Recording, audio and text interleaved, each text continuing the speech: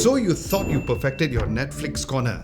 Drinks dialed in, popcorn loaded, but when the sun hits, you're watching your face. Not the movie, because it becomes a mirror.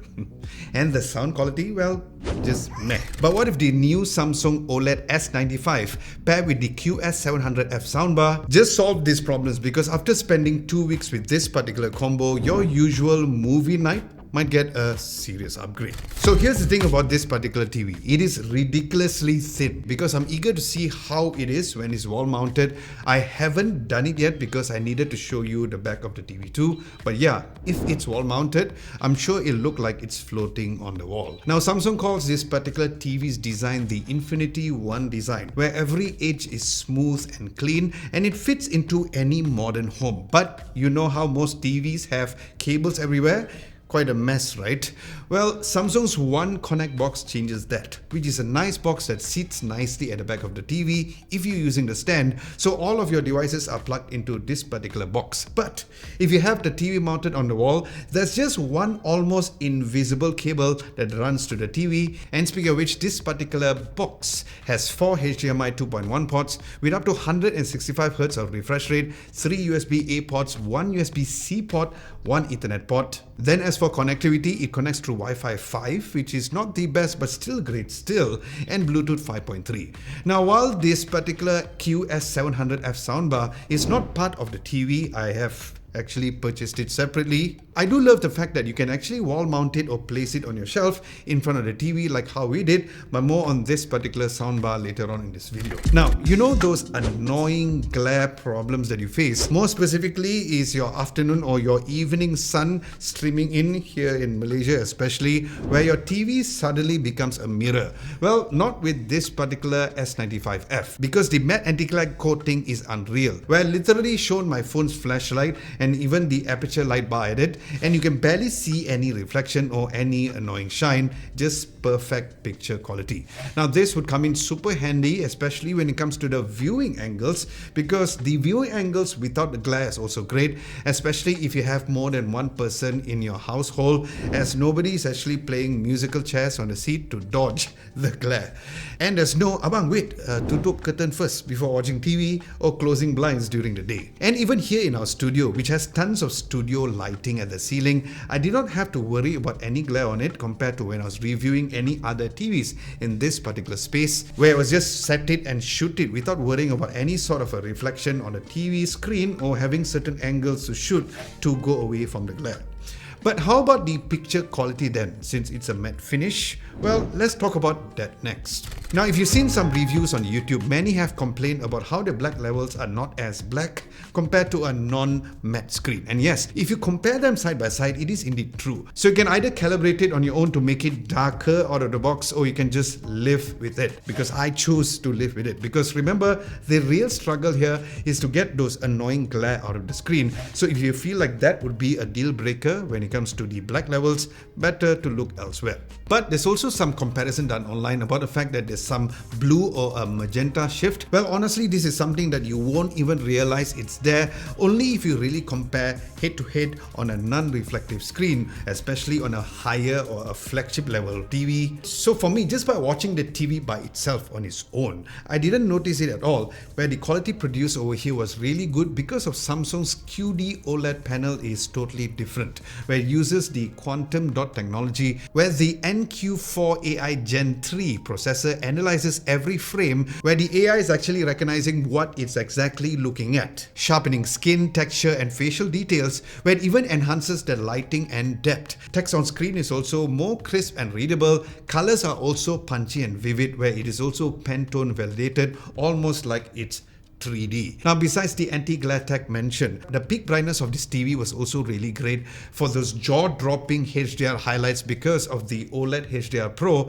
even without the Dolby Vision certification. Then the 4K AI Upscaling Pro transforms everything, old dramas, classic spots and even non-4K content into near remastered quality. And the S95F also runs on Samsung's Vision AI as well. And the AI mode, which gives you quick access menu to adjust the picture and the the sound settings. Then the AI Motion Enhancer Pro was really nice when it comes to watching sports related content on the TV. There's also Samsung's Bixby voice assistant, which works well and way better than before, which is a huge improvement. But if you have a Galaxy Watch, well, the universal gestures are also really cool for you to control your TV with your hand without touching the remote. And this could be done if you use your TV's camera to track your movements. Then the remote is also a solar cell remote, which is really awesome because you don't need a typical battery to power the remote, because remember that sunlight that you have been avoiding the glare from, that becomes your power for the remote. Then there's also the AI Auto Game Mode, where the TV will detect if you're gaming and will optimize the settings accordingly. But yes, more on the gaming features later on in this video. Now you can even access the art store, where if you're not watching anything, you can turn your TV into digital art gallery. But one AI that was really good is the Adaptive Sound Pro, where the TV's AI processor recognizes different sounds like dialogue, background music, and optimize them accordingly for your room's acoustic. But here's the truth though, when it comes to TV speakers, because they don't sound that good. But a TV speaker does support Dolby Atmos with the Object Tracking Sound Plus, where you can track objects of the sound on the TV itself. And with the Active Voice Amplifier Pro, it gives you better clarity on dialogue related scenes. But because of Samsung's Q Symphony, that totally changes the game, because this TV speaker and the QS700F soundbar works together.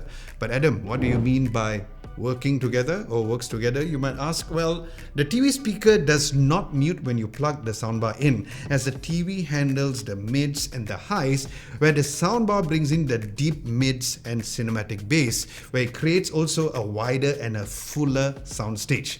Now this feels like it is coming all around you, where I tested this on Top Gun Maverick and those jets flying over. Yeah, it is really immersive, where this particular soundbar also comes with a subwoofer as well, with Dolby Atmos certified, and has wireless connectivity. So yes, this was a great combo to use alongside your TV. Now, if you're finding this video helpful so far, do give this video a nice big thumbs up to tell YouTube that this video was good, and a subscription would be lovely too. So thank you, and thank you very much in advance. But if you're a gamer, here is where the S95 really flexes. First of all, there is the Game Bar, which is a dedicated set of settings for you to specifically adjust for gaming. It is also 165Hz refresh rate, which makes everything buttery smooth when it comes to gaming, with zero input lag, with auto low latency mode, also known as ALLM. So whether or not you're on PS5, Xbox Series X, or even high-end PC, you are all sorted.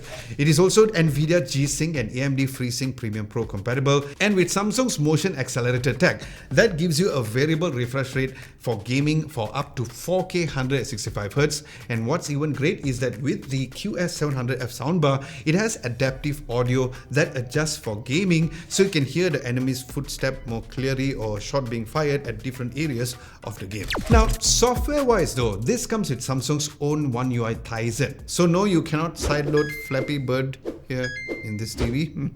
Now, while yes, having a Google TV or Android OS would be great, but do not discount Tizen just yet, because there are a lot of useful streaming softwares available on the store. But what I found really nice was the Daily Bot, which had a very interesting tile style widget that can be activated even if your screen is off. So you can use your voice to control this, or you can even detect you if you are nearby, which means that your TV stalks you, but in a good way.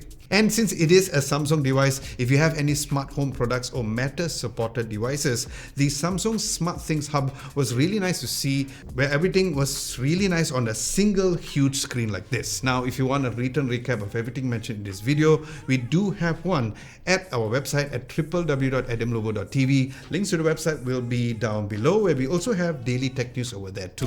So with all of this, while your current TV setup might just be fine, but fine isn't exciting. Especially if you want the best picture quality that eliminates glare, sounds that fills every corner of your room, and a setup that actually works in your home. So with the combo of this TV and soundbar, honestly, it is way more enjoyable to live with.